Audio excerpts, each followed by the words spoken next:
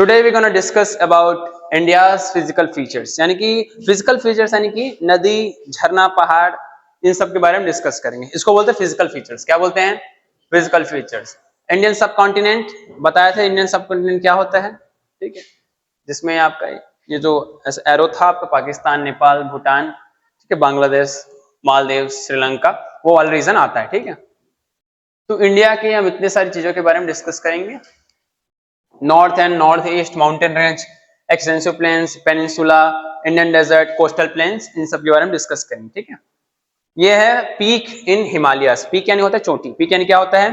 चोटी। नोट कर लेंगे, पीक यानी क्या होता है? चोटी। चोटी, तो चोटी किसको बोलते हैं? यहां जो टॉप में दिख रहे हैं उसको बोलते हैं चोटी। ये दिख रहा है, इसको बोलते हैं पीक। क्या बोलते हैं इसको? पीक। ये होता है माउंटेन। जो प्लेट्यू होता है उसमें यही नहीं होता, ऊपर इतना एरिया नहीं रहेगा, समझो ऊपर एरिया नहीं रहता है, तो उसको क्या बोलते हैं? प्लेट्यू। साइड बाय साइड ऊपर नहीं रहता, उसे क्या बोलते हैं? प्लेट्यू। तो प्लेट्यू में क्या है, रह सकते हैं, क्योंकि ऊपर ये चट्टान नहीं है, इतना फ्लैट हो गया समझो, तो क्या है वो? प्लेट्यू। तो वो मैदान जैसा ही होता है, बस ज्यादा हाइट पे होता है। क्या होता है? ज्यादा हाइट पे, एकदम मैदान जैसा नहीं रहता, लेकिन ये जो चोटी है वो नहीं होता, ठीक है, ओके। माउंटेन किसको बोलते हैं? 1000 मीटर ज्यादा होना चाहिए सी लेवल से, उसको चाहिए कितना? 1000 मीटर ज्यादा होना चाहिए, 1000 मीटर से ज्यादा होना चाहिए हाइट, 1000 मीटर से एबव होना चाहिए, ठीक है। और पीक होना चाहिए, तब उसको बोलेंगे माउंटेन। पीक नहीं रहेगा, 1000 मीटर से ज्यादा रहेगा तो प्लेट्यू। तो माउंटेन होने की शर्त क्या है? 1 किलोमीटर, यानी कि 1000 मीटर से ज्यादा की ऊंचाई होनी चाहिए, और क्या होनी चाहिए? Peak, okay. Next, this is tectonic plate. क्या है ये? Tectonic plate. टेक्टोनिक प्लेट का मतलब क्या है? जैसे कि हम अभी धरती पर हैं, हम इसे चल रहे हैं, तो ये जो मिट्टी दिख रहा है, मिट्टी, पत्थर वगैरह, जमीन, तो ये जमीन से नीचे 100 किलोमीटर तक है। कितना है? 100 किलोमीटर तक। उसके बाद फिर ग्राउंड खत्म, फिर क्या आ जाता है? लावा आ जाता है। उसी को टेक्टोनिक प्लेट बोलते हैं। अभी जो हम लोग जिसमें चल रहे हैं भी हैं ना, उसी को बोलते हैं टेक्टोनिक प्लेट। ये कितना किलोमीटर तक है? 100 किलोमीटर।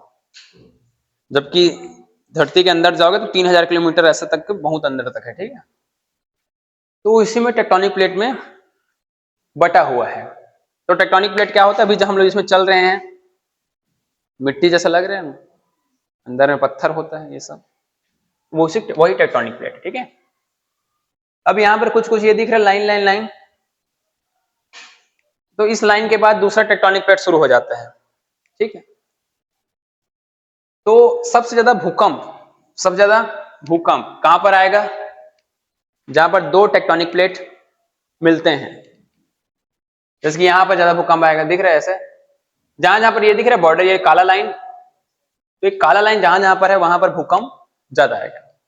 जापान इसमें दिख रहा है कि नहीं दिख रहा है मैप में? जैसे कि देखो इधर पर आपको, ये चाइना के इधर वाला एरिया आपको यहाँ जो दिख रहा है, इधर ज्यादा, हाँ ये जापान है, यहाँ पर आप दिख रहे हैं, ये जापान है। क्या है ये? जापान में दिख रहे हैं लाइन, ऐसे दिखा है ये बिना मिटाया, तो दिख रहा है ये वाला। जैसे जापान में बहुत भूकंप आता है, ठीक, सब प्लेट का नाम है, ठीक है। पैसिफिक प्लेट दिख रहा है ये वाला, Pacific plate, Indo Australian plate, African plate, Eurasian plate, ठीक है। यहाँ पर आप देखेंगे, यहाँ पर दिख रहा है, इसलिए हिमाचल प्रदेश तरफ ज्यादा भूकंप आता है। दिख रहा है ये वाला, हिमाचल प्रदेश, उत्तराखंड में ज्यादा भूकंप आता है, क्योंकि दो प्लेट मिलता है, तो दो प्लेट एक दूसरे को धकेलते हैं, ठीक है। हिमालय का हाइट हर साल बढ़ रहा है, ठीक है। क्यों? क्योंकि ये वाला जो है, ये वाला जो प्लेट है, इंडो ऑस्ट्रेलियन प्लेट, ये हर साल ऊपर जा रहा है ऐसे, कितना साल का जो है कुछ सेंटीमीटर ऊपर जा रहा है। पहले ये जो हमारा इंडिया है वो यहां हुआ करता था, अफ्रीका में, धीरे धीरे धीरे ऊपर चला गया, ये और पड़ जाएगा धीरे धीरे ऐसा, ठीक है। तो ये अर्थ के plate. Then will see Himalayas. Himalaya को जब भी ड्रॉ करेंगे तो कैसे ड्रॉ करेंगे? दिख रहा है ये वाला, ऐसे ड्रॉ करेंगे, 3 उंगली लेके ऐसे, ठीक है। 3 पेन पकड़ के मत करना, लेकिन ऐसे ड्रॉ करना, ठीक है। ये है हिमालयस, क्या है? हिमालयस। हिमालयस को ऐसे ड्रॉ करना। ये हिमालय हमारे लिए इतना इंपॉर्टेंट है, यही हमको पूरा ठंड से बचाता है, वरना यहाँ भी स्नोफॉल होता है, इधर आ जाता है पूरा। रशिया में देखो कितना ठंड पड़ता है। एक डॉक्यूमेंट्री में देख रहा था, -50 में तो छुट्टी देते हैं स्कूल में, मतलब कि -60 जाता है, -60 डिग्री सेंटीग्रेड। 0 डिग्री पर बर्फ जमना शुरू होता है, 0 डिग्री पर बर्फ जमना शुरू होता है। अब इधर का टेम्परेचर 14-15 डिग्री सेंटीग्रेड है पॉजिटिव का, नेगेटिव 0 मतलब नहीं, 0 तो न्यूट्रल होता है, 0 में बर्फ जमना शुरू होता है। तो एक देख रहा था मैं, रशिया का एक जगह है, क्या नाम था उसका, कुछ अजीब नाम था, तो वहां पर -60 कॉमन है, ठीक है। स्कूल में जब तक छुट्टी नहीं, जब तक टेम्परेचर थोड़ा घट नहीं जाता, मतलब -50 डिग्री होता है तो छुट्टी देते हैं, वरना बाहर 15 मिनट रहोगे फ्रॉस्ट बाइट हो जाता है। फ्रॉस्ट बाइट हो जाता है तो क्या होता है, ऑटोमेटिक शरीर गल जाएगा, गिर जाएगा, ठीक है। फ्रॉस्ट बाइट बोलते हैं उसको, ठीक है। एक डॉक्यूमेंट्री है। फिर यह वैली, क्या है? वैली। कश्मीर वैली एक फेमस है, ठीक है, वही है कश्मीर वैली। दिख रहा है आपको, ये कश्मीर वैली है, क्या है? कश्मीर वैली।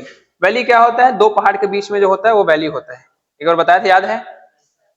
एक बार देखो, ये पहाड़ है, ब्लैक में दिख नहीं रहा होगा, इधर देखो, इसकी ये पहाड़ है और ये पहाड़ है, ये जो बीच है इसे क्या बोलते हैं?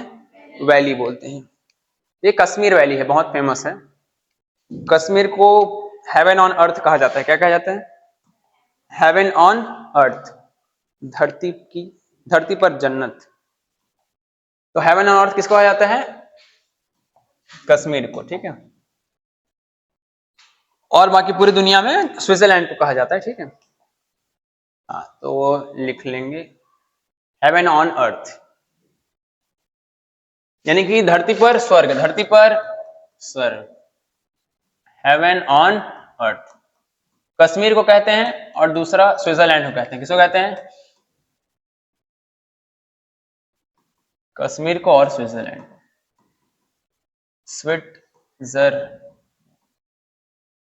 स्विट्जरलैंड को भी कहते हैं, ठीक है। हेवन ऑन अर्थ, धरती पर स्वर्ग, ठीक है। A valley that is surrounded by all sides by mountain is called intermountain valley और intermountain, ठीक है। तो किसको कहते हैं हेवन ऑन अर्थ? कश्मीर को और स्विट्जरलैंड। स्विट्जरलैंड को क्यों कहते हैं? स्विट्जरलैंड में मतलब क्राइम रेट बहुत कम है, ठीक है। सब लोगों के पास घर है, सिविक सेंस लोगों का बहुत अच्छा है, मतलब आपका अगर पर्स गुम गया तो आपको कहीं जाने की जरूरत नहीं, पुलिस स्टेशन जाओ आपको मिल जाएगा, वहीं छोड़ देते हैं, मतलब पुलिस स्टेशन। नोबितावाल देखा ना, तो उसमें वो घूमता है तो पुलिस स्टेशन जाता है। तो जापान का है वो नोबितावाल डॉक्यूमेंट्री, पता है? जापान में सिविक सेंस ज्यादा है। बाकी नॉर्वे, स्वीडन, डेनमार्क, फिनलैंड, इन सब का मतलब सबसे हैप्पीनेस इंडेक्स में इन्हीं लोग का 1, 2, 3, 4 इन्हीं लोग का रहता है हमेशा, ठीक है। नॉर्वे, स्वीडन, डेनमार्क, ठीक है, स्विट्जरलैंड, इन सब लोगों का, इन लोगों का हैप्पीनेस इंडेक्स हाई रहता है, हेल्थ लाइफ एक्सपेक्टेंसी भी हाई रहता है, क्राइम रेट कम रहता है और अच्छा रहता है साथ में। जो कॉन्स्टिट्यूशन का पार्ट 4 है, डीपीएसपी इसको बोलते हैं, directive principle of state policy, उसमें जो वेलफेयर स्टेट बोलते हैं, कल्याणकारी राज्य, तो उसी तरह कल्याण का बात करते हैं, ठीक है। अगर कोई बेरोजगार है तो 30,000 रुपए भारतीय रुपए में 30,000 के बराबर उसको देते हैं हर महीना, और उस दौरान उसे सिखाते हैं कुछ रोजगार का। अब हर किसी में कुछ ना कुछ टैलेंट होता है। इसकी मैं एक बार हमारे यही चीज जानने के लिए मैं एक बार हमारे मोहल्ले के हर व्यक्ति के बारे में सोचा, मतलब इसको क्या आता है, इसको क्या काम आता है, इसको क्या काम आता है, तो सबके बारे में सोचा, सबके में कुछ ना कुछ था, मतलब लिविंग, मतलब अर्न करने का कुछ ना कुछ तरीका। किसी को कोई अच्छा मैकेनिक है, कोई अच्छा इंस्ट्रूमेंट बजाते हैं सर के, तो बहुत सारा चीज है एकदम क्वालिटी, ठीक है। किसी में है कि कोई जहर को भी मतलब बेच देगा, इतना क्वालिटी स्पीकिंग सेंस, ठीक है, जहर को ही बेच देगा, सही ले लो ऐसा टाइप से। वो एक बार उस वाला एक्सपेरिमेंट आप करके देखना अपने मोहल्ले में, हर व्यक्ति के बारे में सोचना कि ये व्यक्ति जीने के लिए क्या काम कर सकता है, उनके भले वो बेरोजगार है फिर भी मतलब कुछ ना कुछ रहता है सही में, ठीक है, जैसे कि हर जानवर को एक स्किल दिया है ना जीने के लिए, वैसे ही हर इंसान को भी दिया है। ये जो है दल झील है, दल, दाल नहीं है, ठीक है, क्या है, दल, क्योंकि हिंदी में, हिंदी की इंग्लिश में DA लिख देते हैं ना, तो ये दल झील है। क्या है ये, बहुत फेमस लेक है ये। फ्लोटिंग हाउस, फ्लोटिंग, यहाँ पर जो फल वगैरह बेचते हैं ना, ऐसी बोट में लाके बेचते हैं, देखे होगे, 200 रुपए में फ्रूट सैलेड बना के देते हैं, देखोगे शॉर्ट्स में आता है, 200 रुपए में। वो बोलेगा 1000 रुपए, लेकिन 80% डिस्काउंट बोलेगे, है ना, ऐसा वाला। तो वो क्या,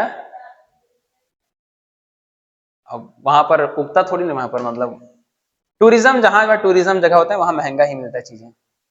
टूरिस्ट स्पॉट में ना 10 का कॉर्नेटो 20 में दे रहे थे, बताओ, नवा रायपुर का बात है, 10 का कॉर्नेटो 20 में बेच रहे थे, बताओ।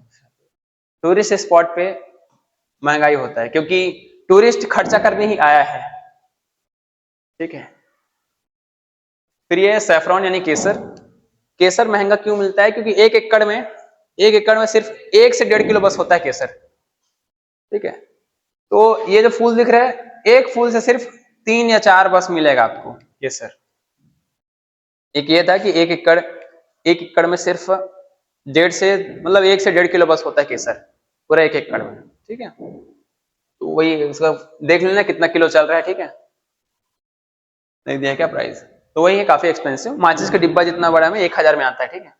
माचिस का डिब्बा देखो ना, जैसे इतना बड़ा रहता है, उसमें लोग 1000 का आता है, ठीक है, उतना। ये तो कुछ ज्यादा ही है, 4-5 हजार का है। तो माचिस का डिब्बा जो रहता है उसमें 1000 में आता है, ठीक है।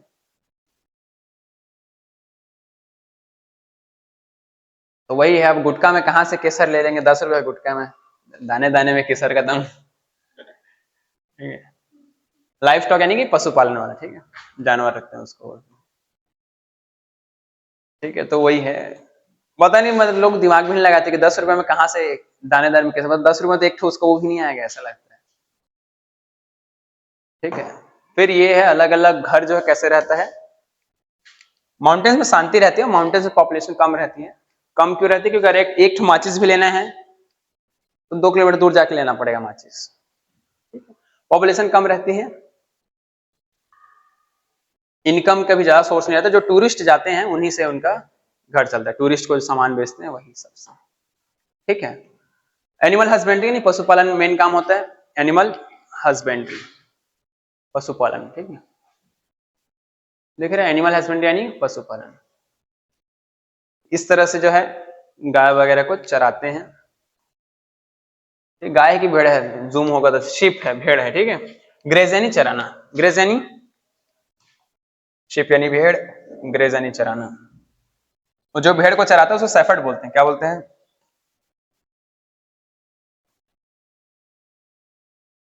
चरवाहा, भेड़ चरा, गड़ेरिया बोलते हैं उसको एग्जैक्ट नेम है, गड़ेरिया, लेकिन शेफर्ड भेड़ चराने वाला। क्या चराने वाला, भेड़ चराने वाला, भेड़ चराने वाले क्या बोलते हैं, shepherd,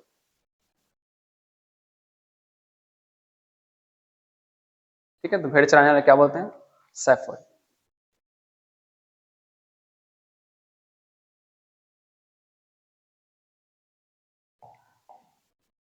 okay, then next we have tourism, इनका मेन सोर्स ऑफ इनकम रहता है, ठीक है, tourism. Pilgrimage and tourism attract, pilgrimage यानी होता है तीर्थयात्री, पिलग्रिमेज यानी तीर्थयात्री होते, ठीक है।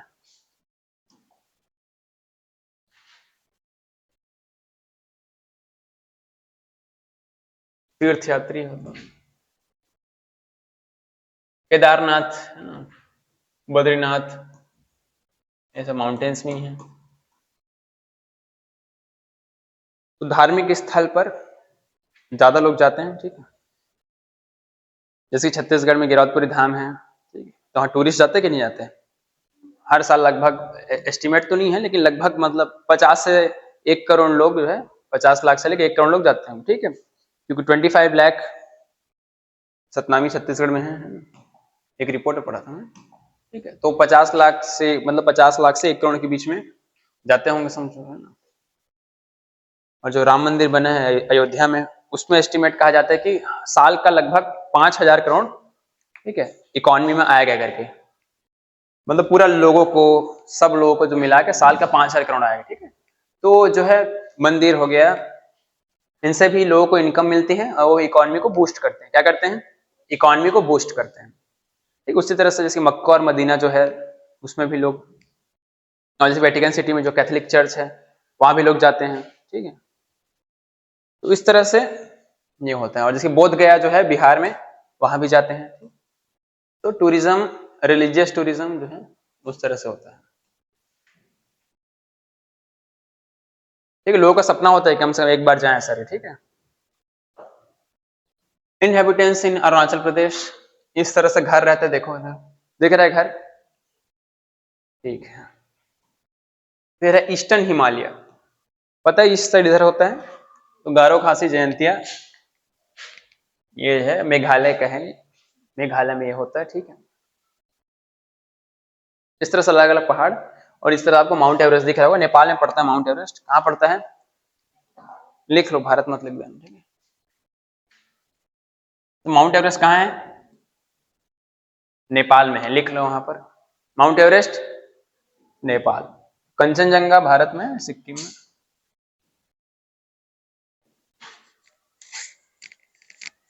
तो माउंट एवरेस्ट का नेपाल, लिखिए नेपाल। ये वाला जो है ताप, ठीक है। सांगपो रिवर दिख रहा है, सांगपो रिवर, ओके। आगे मिजो हिल, नागा हिल, नागा हिल नागालैंड, मिजो हिल मिजोरम, ठीक है। आगे देखिए, तो ये झूम कल्टीवेशन होता है, जिसमें झूम कल्टीवेशन जिसको स्लैश एंड बर्न कल्टीवेशन, झूम कल्टीवेशन इस तरह से खेती करने के बाद फिर जगह को आग लगा देते हैं। क्या कर देते हैं? आग लगा देते हैं, ठीक है। फिर उसको दोबारा कल्टीवेशन करते हैं। तो इससे पॉल्यूशन बढ़ता है और सुटेबल नहीं होता है। यहाँ वैसे करते हैं तो नुकसान होता है, एयर पॉल्यूशन ज्यादा होता है। और ये लेकिन किसान अपना अपना देखेंगे, अपना टाइम बचाएंगे, है ना। अब वो उतना सारा जो आपका पैरा घास वास है उसको पहले निकालोगे, निकालना मुश्किल होता है, नोटिस किया एकदम बहुत मुश्किल होता है निकालना। तो उसको निकालोगे, फिर 4 लेबर लगाओगे, फेंकोगे, 2,000 रुपये लग जाएगा कम से कम। और जलाने के लिए क्या करना है? 1 रुपये का माचिस लेना है जिसमें 40 तीली होता है, ऐसा लगाओ।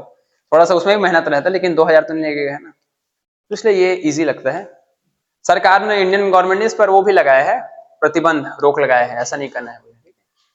लेकिन सभी करते हैं तो कितना को जेल में डालेंगे, ऐसा टाइप से। खैर फैक्ट्रीज में ज्यादा पॉल्यूशन होता है, किसान लोग तो मतलब साल में मेरे हिसाब 2 ही बार करते होंगे, 2 कल्टीवेशन में, है ना। फैक्ट्रीज में तो डेली होता है। टी प्लांटेशन इस प्रकार से होता है, ठीक है। इस चैप्टर में 6 एक्सरसाइज है आपका, ठीक है। कितने एक्सरसाइज हैं? 6 एक्सरसाइज है इसमें, ठीक है। ठीक है, इस वीडियो के लिए इतना ही। नेक्स्ट अगले वीडियो में डिस्कस करेंगे।